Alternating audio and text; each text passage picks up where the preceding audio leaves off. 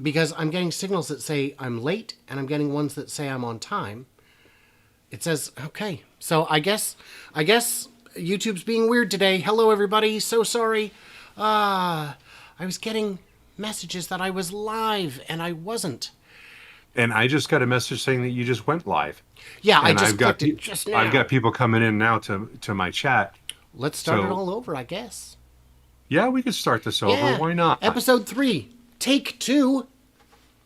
That's very strange that some people could see me and some could not. How bizarre is that?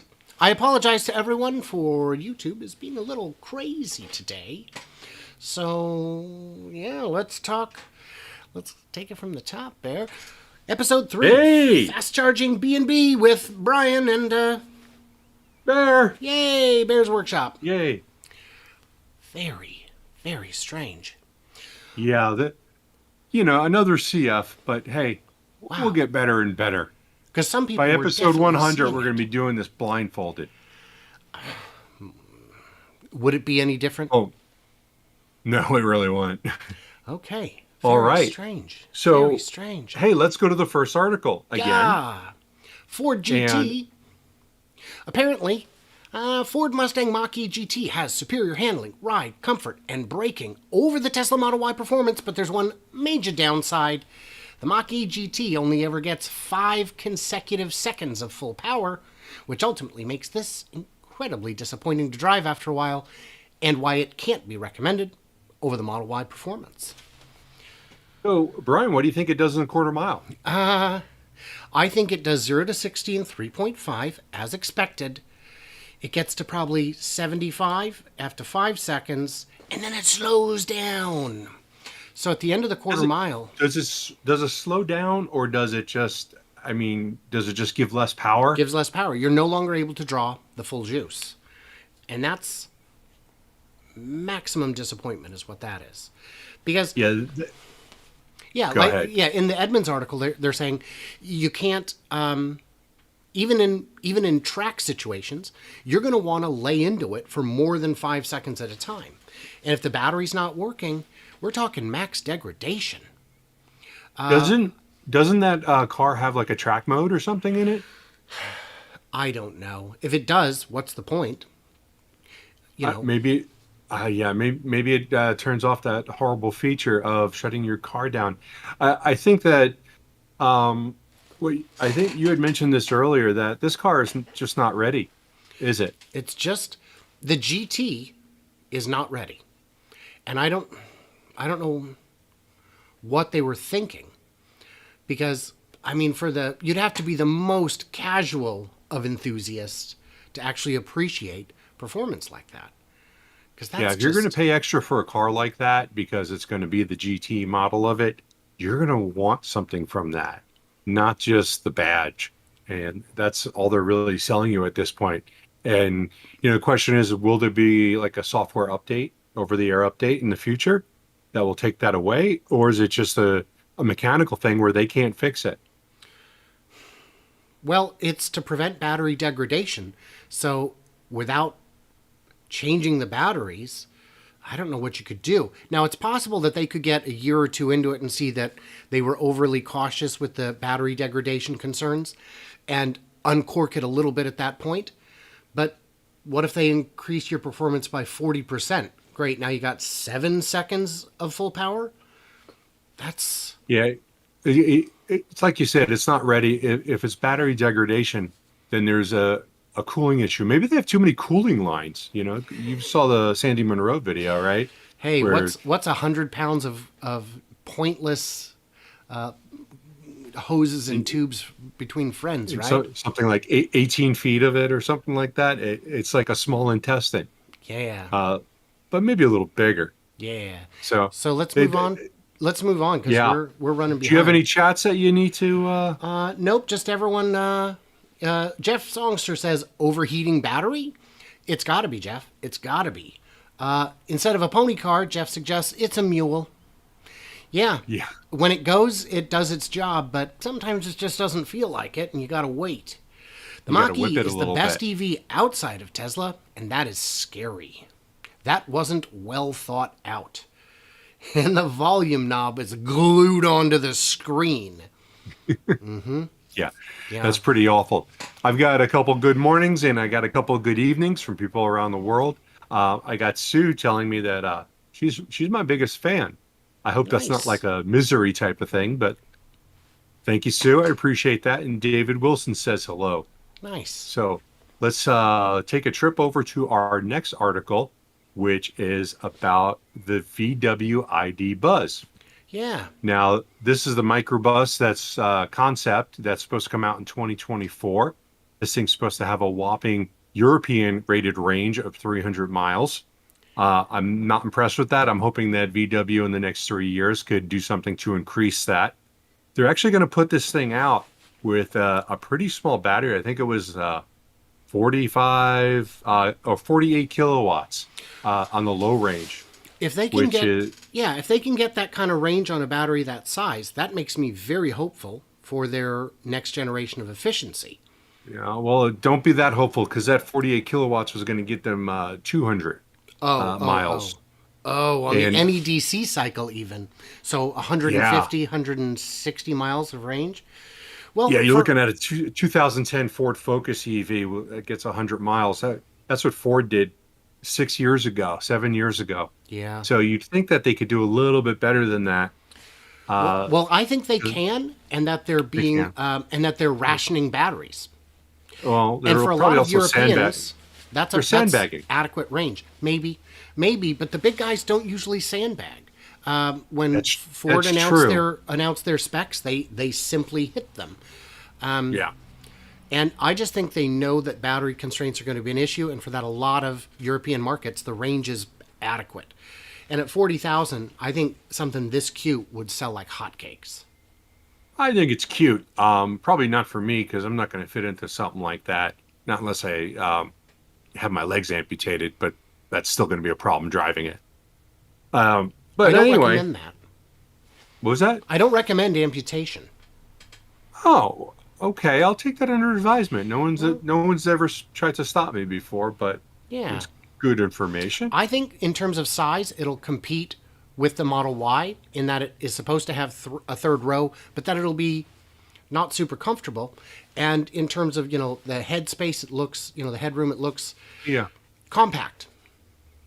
But if it looks anything like this concept, it'll do all right. Oh yeah, I think it will sell. I think it can't be worse than the Model Y third row. I have to believe you because, I mean, Yeah. yeah. I mean, I haven't seen one in person, but I've seen my trunk. Yeah. And I can only imagine putting a seat back there, and there's no way I'm fitting back there. You've been in my car. Mm-hmm. I mean, you see how it slopes down on the interior. You're not fitting any adults in that third row. Not in the third row. So there are tiny adults, but I'd say 95% of adults are of a size that would not appreciate the third row for more than a few minutes. I've got some comments here. Loved the Surfer van from VW. Sad range. Wasn't the initial concept a lot more cool looking? Yeah. I think it's still kind of cool looking. Not for me, but there's definitely a market for something like that. Yeah. It's bigger on the inside. And that's the thing with the shape of it, being a box, you do maximize interior space. The problem is the front not being non-aerodynamic. Well, still better than a Jeep. Yeah, and it's at least smooth. And now that you mention it, that overhang at the front is nothing but going to cause it. That's going to be gone. There's no way they're going to have this overhang at the front. That's just pure drag. That's like 1970s big Ford full-size trucks where they put every possible attachment they could, and they would have that overhang to get worse gas mileage. Mm-hmm. I think we're ready to move on to the next topic. Do you have any chats that you want to talk about? I just a couple quick ones. Nice brick. Some people like the new design better than the old one. Have there been updated pics that aren't the sister vehicle? I do not know. Yeah. Oh, you're showing the concept, not the prototype. The prototype is hideous. Let's move on. Okay, I've got a couple of chats. Ben from Ben says Lucid with an exclamation mark. And yes, we will be talking about Lucid in a couple minutes. Also, Boss USA, did you guys discuss GGPI? Not yet, but we're also going to discuss them. And Daniel says Foxconn is taking over Lordstown product plant. Changes my mind about Lordstown. They might just build a truck.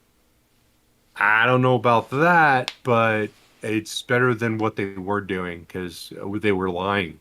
And, I tend to go over EV products where people have been lying in the past, and sometimes it's harder than other times to get over what's been said. And speaking of lying about EV products, we're also, if we have time, we're going to talk about Fisker today.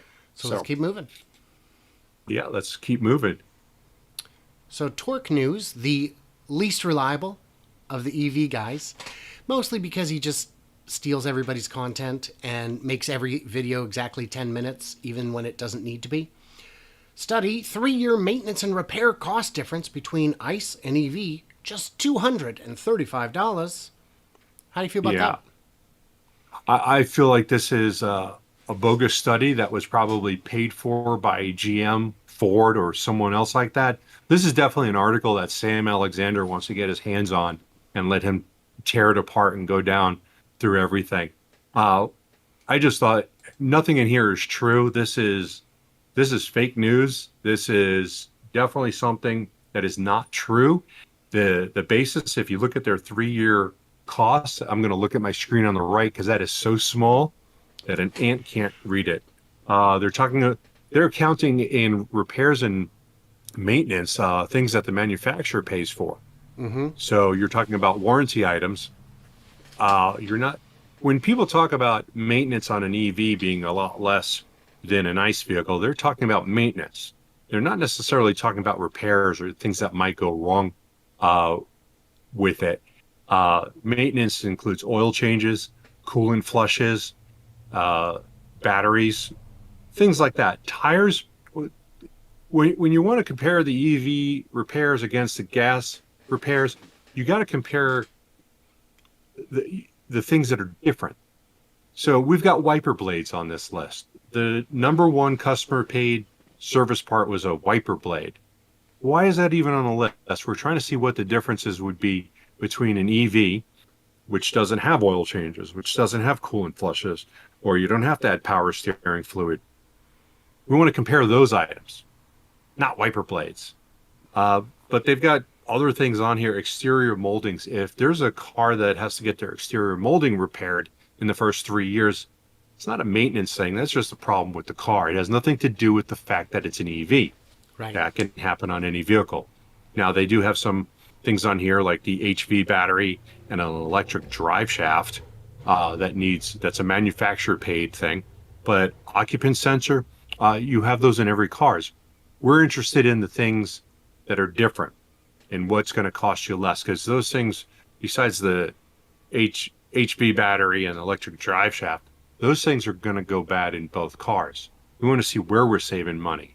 So this is kind of a very bogus article that was put out. Torque News, I'm not saying anything negative about them, but I wouldn't put out something like this because this isn't accurate. It was molded to fit somebody's idea of what to do or what they want. The problem with the 3-year mark is it's definitely during bumper to bumper warranty, regardless of manufacturer. So yes, you shouldn't have any repair costs and maintenance costs. I mean, really all we're talking about in the first 3 years is oil changes. And I mean, if you wanted to really make this ridiculous, you could say, well, Teslas burn through tires faster. Yeah, because they're more fun and people drive them a lot more miles. But that's a fact. That's a fact. But that's not because they're EVs. That's because they've got real sticky tires and people love to stomp on it. And, you know, the real savings starts when the warranty ends and you don't have a transmission to fail, you know? Yeah, those are some major points because it's rare that a motor's going to fail, whether it's an EV or a gas vehicle in the first 3 years. It does happen, of course. But when you have a problem like that with a motor and the thing grenades itself, your whole motor's done. You've got Right. hundreds of moving parts in there. Right. If a motor goes bad, it's still going to cost you money, but it's a much easier repair. The labor is going to be substantially less. Right. How much does an EV motor cost? I don't know, but they go in a lot easier than taking out a motor out of a GMC Sure. 3500. Sure. You have to lift the cabs off the Ford trucks to get the motors out. And with 100 different connection points and tubes and hoses and wires and nonsense, it's going to be quite a bit different. So in terms of the comments I've got here, let's see. Yeah. High quality piston polishing is very important. Yeah, you will have to replace the wiper blades more often on an EV because they go so fast. Not cool. Of Torque News, I thought he was pro EV. He's pro clicks.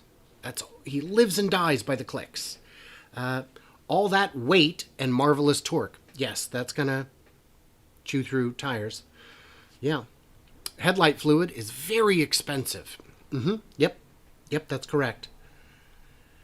Yeah. Plus, the tires they choose are not as robust as they put on a Camry. Oh, yes, the Camry tires are designed for longevity, not traction. Yeah. Yeah. Regular highway miles, definitely not traction. I've got one chat from Boss USA. He wanted to know if there's any updates on the drone.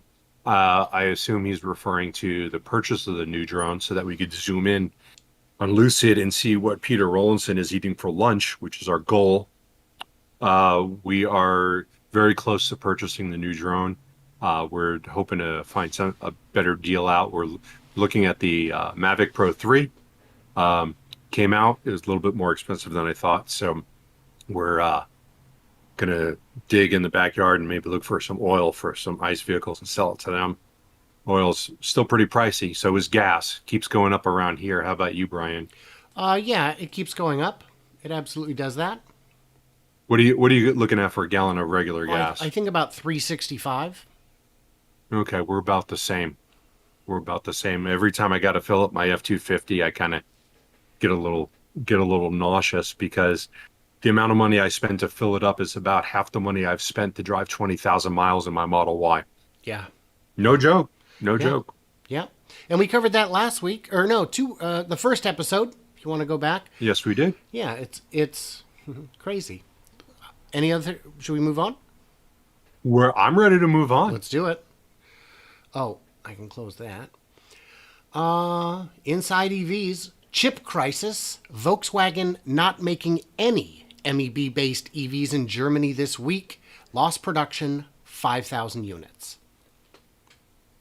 MEB? MEB is the name of the platform that the ID3 and 4 is built on. Oh, okay. I was trying to think, what kind of EV is an M? It was like that motorized electric vehicle, mechanical electrical vehicle. I just was a little sure like that. Yeah, I was scratching my toupee because I couldn't figure it out. It's a good looking rug, my friend. Yeah. It's so nasty. It looks real. Yeah, not producing any electric cars this week due to a lack of chips. Boy, this is turning into quite an issue. And Tesla's not immune. Apparently the the wireless center console charger, or maybe the USB charger, they've shipped some models without it, saying as soon as we get them in, we'll send someone out to retrofit it for you. Yeah, they're going to retrofit them. It's not like BMW where they're going to take the whole center console. Just get rid of the touch screen. Who needs it? Yeah.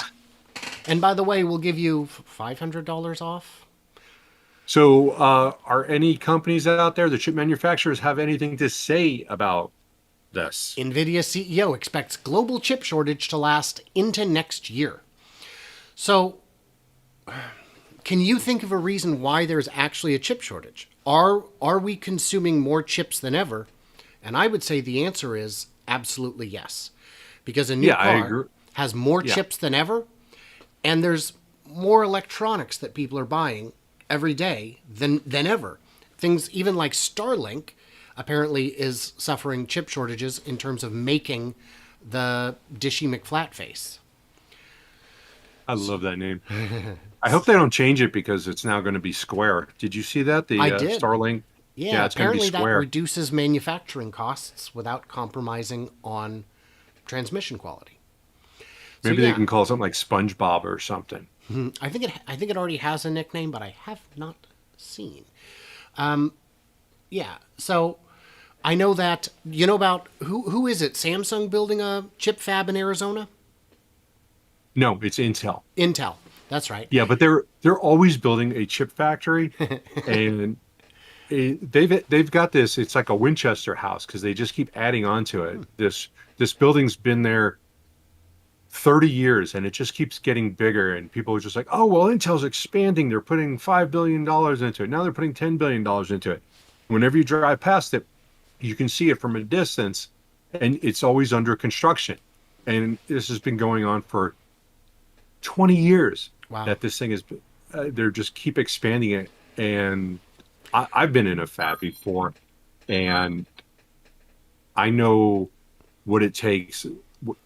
It's so complicated with everything that's in there. I've been in clean rooms. I've been in the bunny suit, and there's pipes everywhere because you've got the chemicals that they're putting in, and they have to make it safe. They use cyanide for some of this stuff, so everything has to be set up just perfectly. Every room has its like own. You go into I forget what you call it, but when you're getting dressed, you go into different rooms to get dressed, to put on your bunny suit, and it's always freezing in there. It was the one thing they keep it like at 60 degrees, and it's good because you're in a full suit. There's just so much to deal with putting something like that together. They're very complicated, just like hospitals are. Sure. Hospitals are the same way because Well, you go in every room has an oxygen line and all the Sure. lines in it. It's just like a clean room. They have so many different plumbing, electrician, Sure. electrical thing. There's just so much in there. And they take a long time. And I believe Taiwan Semiconductor is also building in Arizona. I think TSMC, I think it's Arizona. They actually allowed someone to take footage of the construction project recently, I saw. About a month ago, but it was still, it's expanding. I do have some comments on this. Brian, is the chip crisis as real as the traditional automakers make out? Is some of it a smokescreen for poor sales? I think it could be partly that, but I really do think it's that they're not nimble enough to use modern to adapt. Adapt. Mm-hmm.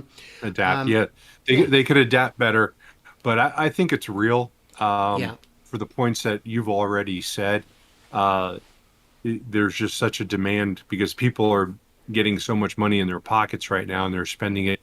And there's just new technologies coming out that have chips that previously never had chips. Well, sure. Even light bulbs have chips now, and that's billions of chips right there. The EVs, Hockey Day said the EVs use more modern chipsets. ICE uses old garbage, to put it a little more gently. Yes and no.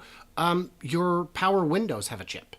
Your power seats have a chip, and those are not sophisticated chips. They don't have to be. They're using like 20 to 40 nanometer technology, which is very old at this point, but it doesn't need to be any better because it's not doing much. Samsung is building in Austin. Oh, that's true. That's true. Thank you, Jeff. Intel does construction like it builds its processors, barely enough to be considered incremental for more money. Not agile enough to handle the new chips. Do you have any comments you wanted to address before we go? I don't have any. Great. Car of the year. Car of the year. The Lucid Air. Lucid is the 2022 Motor Trend Car of the Year. Once again, a high-performing, long-range, game-changing electric sedan from a California startup earns our golden calipers. It never actually registered to me that those were calipers.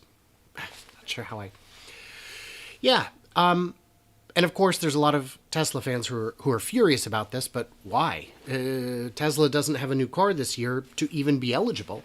And I mean, I guess you could give it to the same car twice, but you really can't. The part of the criteria to be car of the year is that you have to have a major change in the car itself. Sure.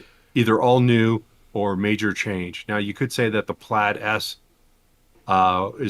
I think it's more of a significant upgrade. I don't think it was kind of like a remodel or anything I would call brand new. I agree.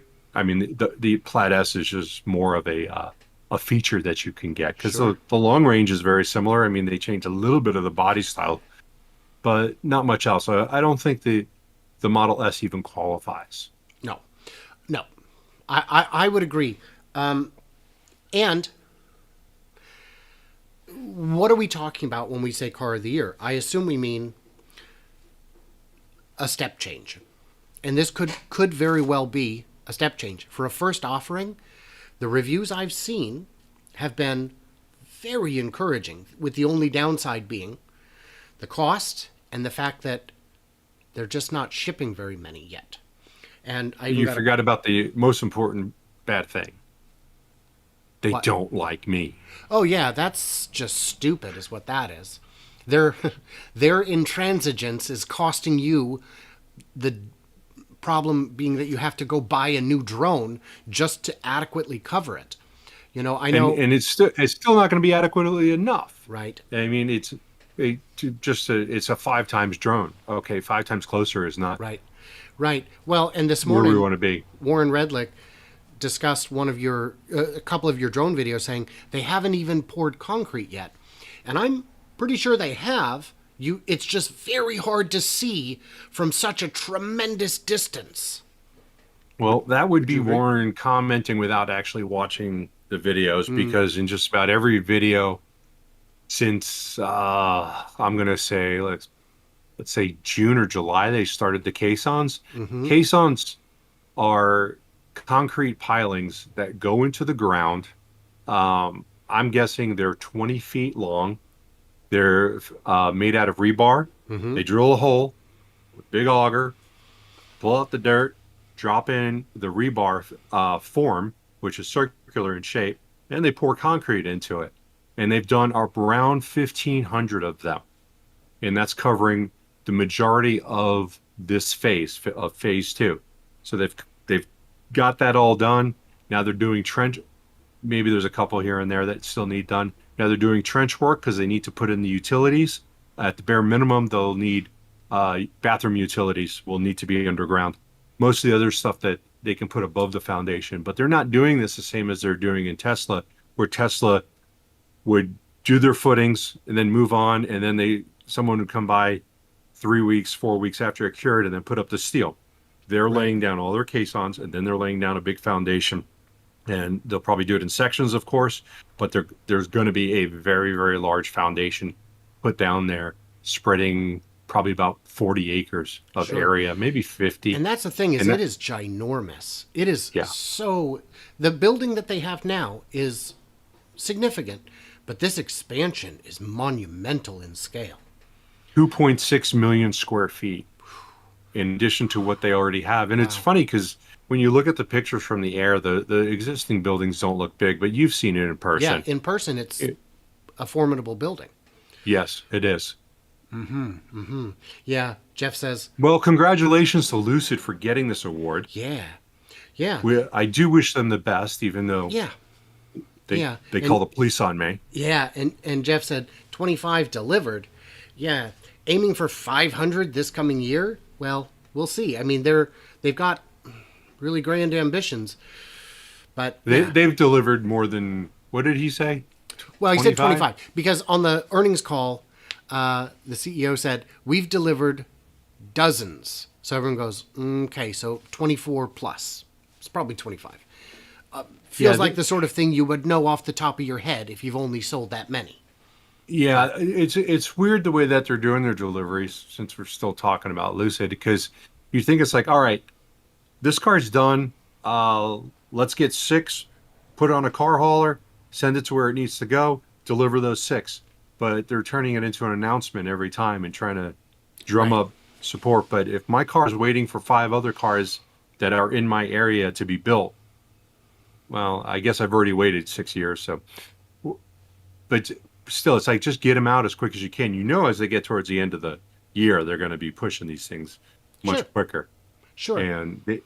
But I know that there's been more than 25 cars made and probably delivered. I've seen them. We've been putting out on Twitter. We've been putting out counts every day when we go by, and we'll see whether we see none or we see 22, I think was the most we saw, or possibly 27, because Sure. somewhere in the shadows. So we're right. definitely seeing them out there. And if you watch Bear's videos, you will see that they're not the same cars each time he goes out. They're different cars. Yeah, and as a reminder for those of you tuning in, this is being simulcast on Bear's Workshop and My Tesla Weekend. What a crazy idea! And if you take a look at my description, you'll see a link to My Tesla Weekend, so you can subscribe to Brian's channel if you want to see more EV topic, mostly Tesla, but I think he's doing more and more. But go ahead and take a look at his page. Give him a sub. Yeah, that's a thing. Of course, Bear is also linked in my description. Yeah. The only real comments on that I've got on Lucid is not giga size, but still pretty big. And do we actually believe the battery pack is 118 kilowatt hours? I don't know. I would also be curious. I don't think Sandy's going to do a teardown because this is such a limited production vehicle that I don't know if Lucid's competitors are sufficiently interested to pay for a teardown. And if they did, I don't think he'd be able to tell us because it's proprietary info. Yeah, Lucid would go after him for that. Oh, for sure. Okay, I've got a couple of chats here before we move on.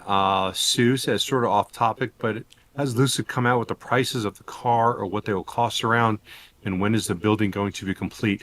The building's supposed to be complete by the end of next year, and the prices are on their webpage depending on where you want to be at. You can get them as low as around 70,000 all the way up to 170,000. The ones that they're releasing right now are the 170,000 variety.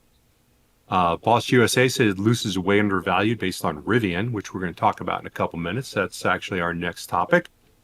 And David Wilson, what is Tesla mission?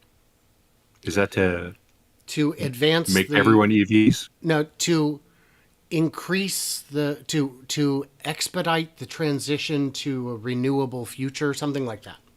Something like that. Yeah. Let's see. Will Lucid cars have different models or come out with a different car every year or every few years? The factory that they are building is for their SUV. It's called the Gravity. And that is what they're going to produce there, and also expand their production of the Lucid Air into that area also. Well, they must have learned from Nikola because their semi was gravity powered too. Yeah. Trevor, you dumbass. Yeah. Yeah, they made a point to put this factory on a plot of land that is very, very flat. Well, so and that can't be accused of anything. Genuinely also saves with construction costs. So we're way behind schedule. Let's go on. Let's talk about Rivian. Remember we had that startup where delay. We tripped and where we Rivian, fell on our face. With zero in revenue, is now the third most valuable car maker on the planet. That's fascinating. The good news on that is that it will make, should they require additional funds, they'll be able to get them. It gives them enough runway to absolutely get into the business to reach volume production. I think this is a very good sign for Rivian. I do not think the value is in any way rational. Because Tesla's not a $1 trillion company because of their cars. They're a $1 trillion company because they are more than a car company. And I don't think Rivian is. I think Rivian's a car company. Rivian does want to have an energy department, and they do want to start producing their own batteries. But nonetheless, I agree with you in what you think. This title is a little... Revenue is not zero. They have delivered vehicles. Right, but revenue is reported quarterly, and as of Q3, they hadn't shown any revenue. Well, yes, but you know what? I understand. They still have revenue. And that is just a little clickbaitish. Well, and haven't they sold merch? Surely that counts as revenue. we have a regular visitor on our Nikola videos who constantly says that Nikola's only going to be able to sell shirts and they should just keep selling shirts. And so I still haven't been able to find these shirts. But yeah, Nikola still has no revenue, and that's including their shirts, no merch. So the other part on this is Amazon doubles down on Rivian investment. So even though they already own a 20% stake in the company, upon IPO, they bought more. I don't know. I think that's... Well, $78 a share is looking pretty good right now. Right. I had put an order in at 78. I qualified for it through SoFi. So that's a little plug for them because I was able to buy 64 shares at $78. And what did it close at today? Like a lot. 120 maybe? It was a lot. No, 172. You're 172. Merely. Yeah. Merely 172. Yeah, merely. I only bought 64 because that's all they allotted me. I had put an order in for more, and they said, this is what you got. And from what I was told on the initial IPO, they were able to sell 0.4% of what was available. So that's all that was allowed to go out through SoFi. So that's all I could get. Now, also in this article, it states that the reason why the IPO went up, because initially when I got the offer, it was $58 to $62 a share.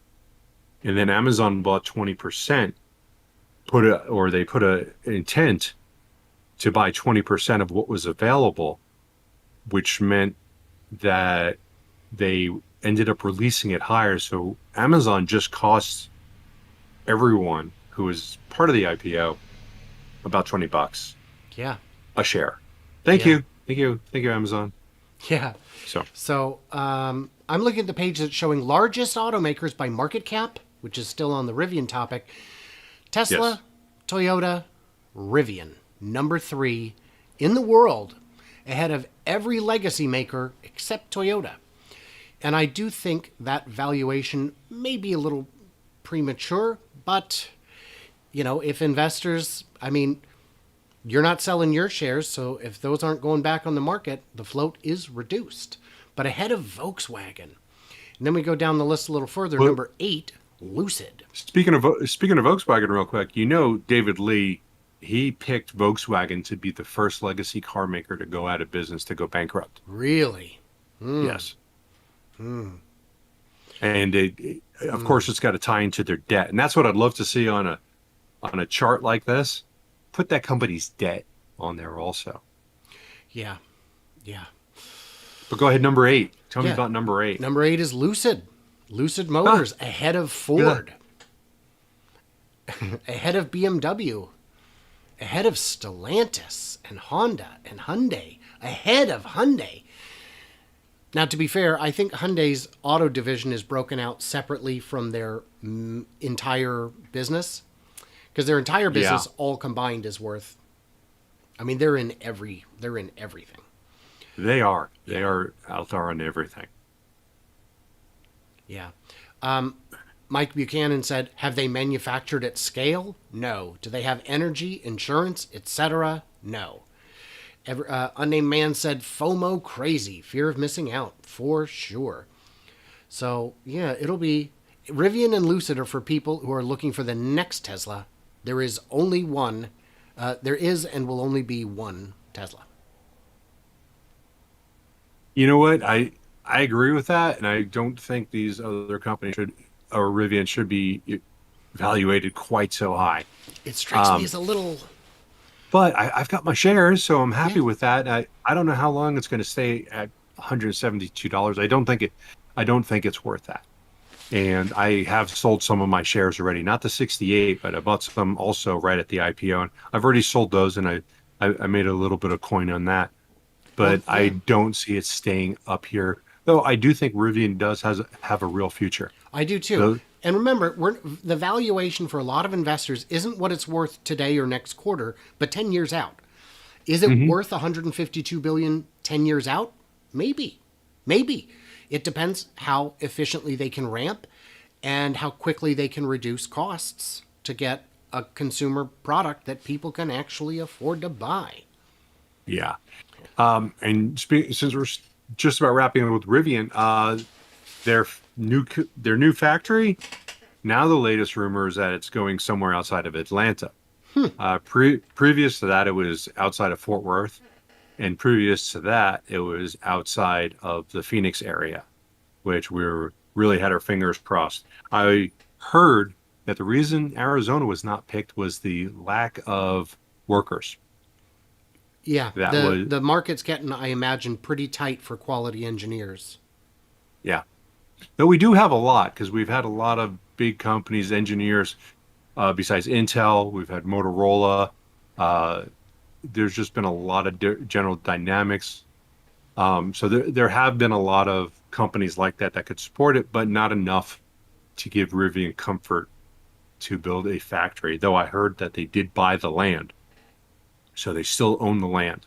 And they can sell the land. It's not like they've lost there. No, So you can't sell that. You can't sell that land. why? Nobody would buy that land. Oh, really? Mm. It's half of the land is on the side of a mountain, which Oh, would have been great for testing. that's helpful. But yeah, it's not that valuable, and I think that's why they got it pretty cheap. So I got a couple comments here. 100 years ago, they were looking for the next Ford. So when did Chevy start? Or rather, what would eventually become General Motors. Not long after, General Motors was able to, in a not very long amount of time, surpass Ford in annual sales. The difference is Ford's big innovation that made them who they were was the assembly line, which is very easy to duplicate. What's made Tesla is their everything, which is very hard to duplicate. The batteries, the FSD, the Dojo, the even the designs, the vertical integration. It's tough.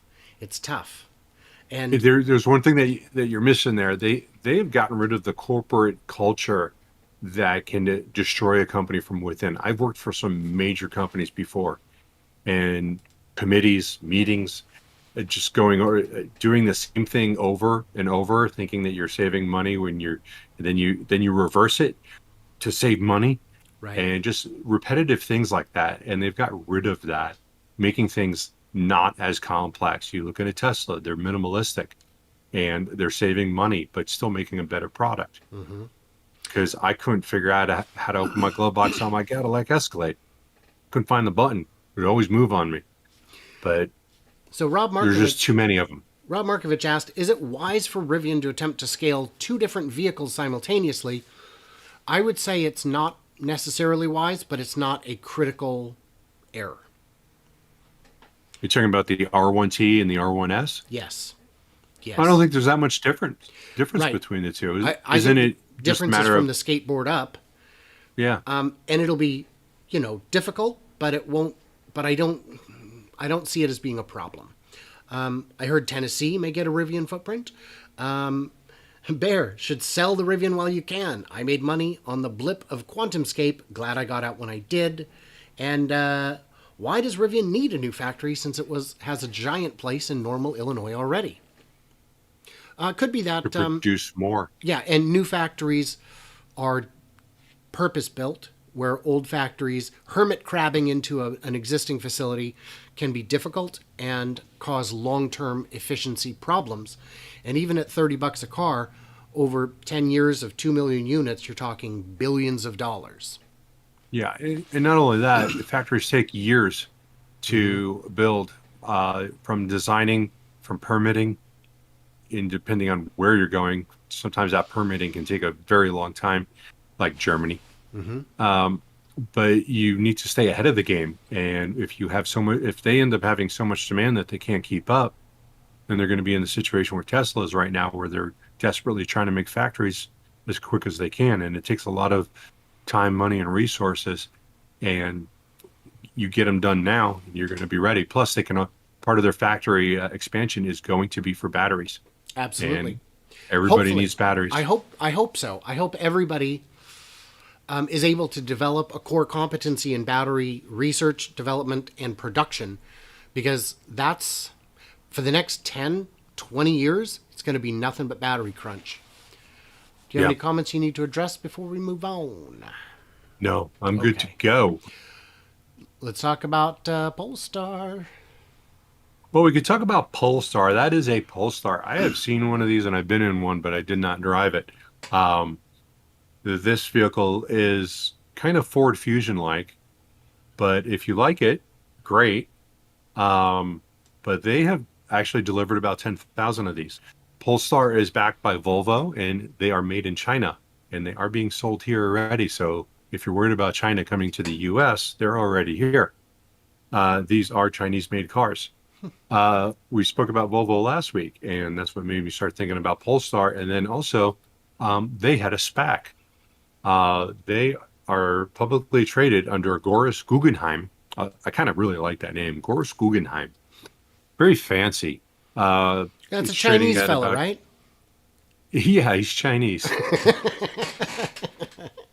I don't think they have G's in the Chinese language, do they? I don't know. I don't know. But not My really Chinese relevant. is rusty. Is it? Okay. Yeah. Maybe we'll take a Mandarin class together. So this SPAC just came out a couple of days ago. Sometime next year, they'll merge and they'll become Polestar by himself, and they're going to get a bunch of money for doing this because that's the way SPACs work. Brian, we should do a SPAC, right? Totally. I'm down. Yeah. So I don't know what you guys think of the Polestar. Well, my comments are asking if it's a stripper. It should be with that name. I think the name Pole originally comes from Polestar has a history of racing, being in the racing industry. So like pole position, the start of a race. But I'm willing to go with stripper also. Yeah. I don't know what else we would need to say about that. I did get a comment that was going back a bit. None of us know which chips are in short supply. That is absolutely true, and I've not seen answers to that question, nor really very many people asking that question in the first place. So it's a good idea. Yeah, Jeff pointed out Geely is SPACing via Goris Guggenheim. Okay. Anything on that? No, nothing on that. And well, good, because we are almost caught back up. And yes, we are. About I'm getting tangled up here. 10, 15 minutes to go. We'll be doing good. Yeah, and I just want to give a hello to Kirk from Bangkok. Oh, yeah. Glad you're here. Kirk He says thank you both. He's my bro. I love that guy. And his profile picture is hysterical. I love it. I will have to take a look at that. Yeah. So our next topic. Yeah. Fisker. Mm-hmm. Fisker is announcing something regarding their Fisker Ocean. It's not a bad looking car, I'll tell you that. But Fisker kind of got a reputation. The one thing I remember is the CEO coming out with a little battery saying, we have 500-mile batteries that we can charge in 1 minute, and here's one of them. And he pulls up this little battery. And obviously that was several years ago, and nothing ever came out of that because it wasn't true. Brian, you've got your own story that you know about him. Well, what did he do? He stole Tesla? Well, yes. So he was hired to help design the Model S, and he was sued because he left and, according to Tesla, took the design for the S with him, which was the original Fisker Karma, which I would argue is a prettier version of the Model S. And yeah, he was sued for it, and Tesla did not win the lawsuit. But yeah, he liked to say that, well, I was one of the chief design whatever. And then he went off and made his own company making the car that it appears Tesla paid him to make. But whether that's true or not is... Yeah, when you work at companies like that, you sign pretty much your rights away. Like if you make something that gets patent, they own the patent. You might get a little bonus for it, but you make a patent while working for anything that you design while working at certain companies.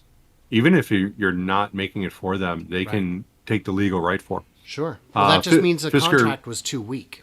And by the way, on that real quick, Bratz dolls? Bratz dolls was created by a designer at Mattel, and they passed on it. So he left and made Bratz dolls, and they sued him and got it. Yeah. He invented it while he worked there. Well, thanks for the example. Mm-hmm. That sucks for him. It does. So Fisker's selling at 2368, and I think this is a run up on their news for tomorrow of whatever they're going to announce. And then, they're going to, in my opinion, they're going to announce it, stock go up, get all a little excited, but then this car probably won't ever come out just because the bad reputation. So looking at the year, at the 1 year, they were at 2850 in February and fell down to 995 in May. So we'll see. We'll see. I don't hold grudges, so I don't know. Anybody who wants to make a car, please go for it. Give us all choices. Yeah, Tesla. Choices in competition are great. That's what we need. Yeah. There are people who are very loyal to only one brand, be it Nikola or Lucid or Tesla, and I would argue that that's not super helpful. I think we need to celebrate all the successes.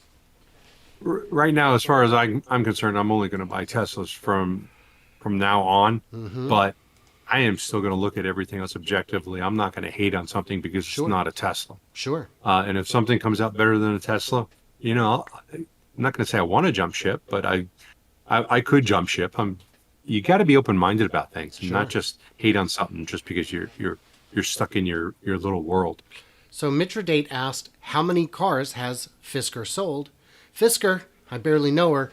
The old version of the company that went bankrupt sold, I want to say 500. I know Justin Bieber bought one. But the new version, which has the same name but is technically a different company because the old one went bankrupt, I believe we're standing at 0. Somebody in the comments I'm pretty sure that's correct. I believe that they're pre-revenue. Yeah. They had $15,000 of revenue in September of 2021. So I don't know. Maybe they sold some solar panels or something. Yeah. Well, yeah. Yeah, even Elon wants other EV companies to succeed. Yes, he does. Okay, we're running short on time. Should we go on to the next one, or do you have some comments? I don't have any comments. We could hold these two for next week if we want. Well, we're at 5, but we started 8 minutes late. Let's go ahead. Okay, then let's quickly go through it. Yeah. GM Defense. What do you got? GM Defense to build military version of EV Hummer? Why not? I did see a good comment about it that, the problem with an EV Hummer is that an IED would absolutely set it on fire. That's why military vehicles use diesel instead of unleaded or other fuels. But that's not universally true because the M1 uses, the tank uses propane because it's got a turbine. So it's entirely possible that there are many applications where these would be helpful. Being quiet, having insane torque in places where they don't necessarily need much range, or the ability to transport fuel in is limited, so they could just bring in solar panels and charge on base. Oh, yeah. They could charge on base, but as far as being mobile, I would have a concern if taking one of these out because you can't refuel in the field. And that is a big thing, is refueling in the field. And I don't know how you can handle that problem. I definitely know that there would be places for it and roles for it. I mean, this is listed as a light reconnaissance vehicle. So this isn't a whole line of, it's not combat. In light reconnaissance means you're going to go a certain distance and stop and then come back, ideally. But for a combat situation, we're going to need to see a much larger range. It has to get better than what it is now. So I've got some great comments that have already come in on this that are absolutely fantastic. So Steve says, government would waste money on that. Well, that's their job. That's what they're good at. But don't forget, diesel engines can run on jet fuel. And I had forgotten that diesel engines can run on kind of anything. Unnamed man says... Not gasoline. Right. Says no. Says you could put LFP batteries in the Army version. And then MD Hofsty pointed out the Abrams uses RP1, not propane. So I was mistaken on that. And Steve also said, Cybertruck is bulletproof to 9mm. which I believe, while not ideal, is a little more armored than the no doors on the concept vehicle shown there. Not enough emphasis. Oh, that's a Rivian thing. Military, like a common fuel across as many platforms as possible. Diesel is also very stable and can sit for long periods of time. So these are all very good points. I don't know if this would ever even see production, and I don't think GM knows either. But it's a thing. Well, yeah, and there's other uses for it. The military police, they used to use like blazers. This would definitely could definitely take that out. Yeah. Plus, anything that's local and short runs, it's always going to work for. It's always going to be better than the existing stuff. The EV bummer is a way for the current administration to pump money into GM. Yeah, maybe. Yeah. Maybe. Yeah. I don't think they could get it made in time. I don't think they could build it and sell it in time. Just make sure the enemy only uses 9mm. They'll sign the contracts. Right. That's really what they need. Yeah. Payment in advance, please. Mm-hmm. And Jeff said, make sure the enemy only uses 9mm. Well, the idea is a Humvee is not bullet resistant to 9mm unless it's up armored, and then they're very heavy and cumbersome. So any amount of additional protection, I'm sure, would be welcome. Well, yes. A lot of the Humvees are now armored a lot better than they were before the Gulf War, because they were. I've been in real Hummers before, and the doors are. You could probably put a knife through it. Right, they're designed for weight savings. Yeah. So and not for comfort. Unnamed Man said, shipping container with batteries and solar panels can be dropped anywhere. Yes, but that's $1 million thing, and it can only charge.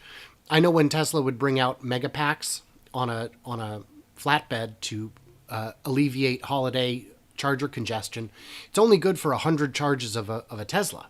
So that's not going to get you very far, and then you got to get it back out. Recharge. You got to recharge it. Well, if you drop it in the field, you have to get it back from the field. How much do you think? I don't think you could fill up a storage container, like a shipping container, with batteries and be able to move it. I think it would be over 40 tons. Oh, yeah. That would be... Because 40 tons is going to be the limit here in the U.S. It's even less in Europe. Not only that, you're talking about megawatts of power and how long to recharge something like that. And solar panels are not going to... Not going to make a dent. Not going to make a dent. You would need a massive field. Yes. To do much of anything. You'll have the enemy will start shooting at your solar panels, your storage containers, and your solar panels. Yeah, it's very delicate infrastructure. New target.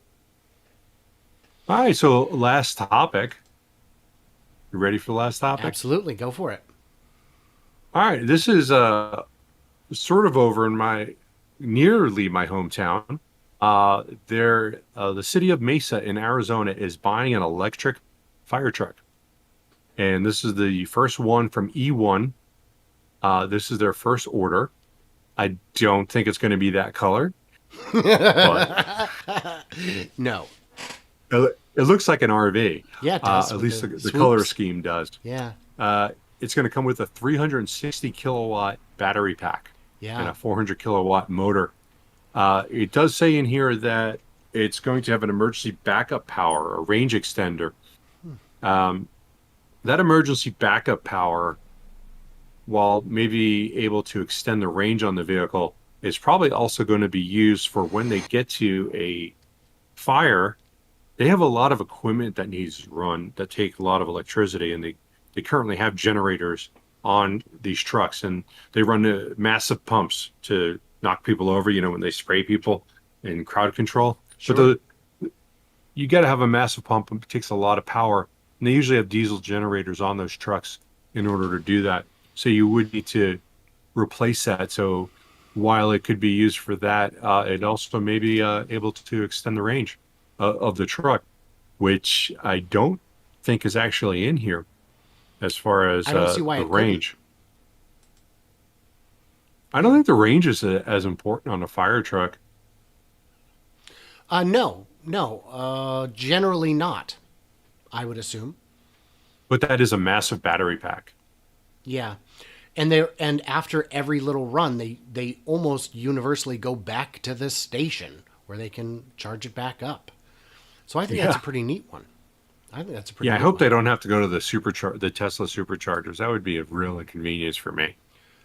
Yeah, well, hopefully they'll have more pull-through charging units, especially for people towing, and also for users of other EVs who might need the charger on the other side. Or I think we're going to see some new next-gen chargers from Tesla based on the funding in the infrastructure bill, which will allow for a substantial amount of money to be used to improve charging for everyone. The pull-through charging station is an absolute necessity, and it needs to be put in place before the Cybertruck comes out, because taking a Cybertruck and claiming it can tow 14,000 pounds, but if you have to unhook your trailer every 100 time miles. What would probably end up being every 200 to 250 miles, if you have to unhook, that's not going to fly. No. And there needs to be a solution, and it's not good. It's going to be a hard problem, because all the charging stations that I go through when I'm going to Vegas or when I'm going to Mexico, there's no place for pull through. And if I'm going down to Mexico and I'm bringing a trailer with some toys on it, I'm going to have to unhook. Even there's just not a lot of superchargers. We need more superchargers at the border. Yeah. So, hashtag border superchargers. So I think we need to wrap it up. Any final thoughts? I mean, I've got a bunch of comments here, but not a whole lot of time is left. EVs are super simple to duplicate. Don't kid yourself. Just look at all the e-bikes and scooters if you don't believe me. An EV is easy to duplicate. A Tesla is not. And we know because we're now seeing all of the big moneyed efforts to duplicate it falling flat or costing double. And that's not ideal. Yeah. Oh, yeah. Mega chargers for Cybertrucks and semis. Yeah, that'd be ideal. Well, yeah. It's got to be compatible, but they've got to exist. And yes, it would be helpful. It'd be helpful if they existed. Kyle Stevens says GVW on the new infrastructure is going to be key for FCEVs versus EVs.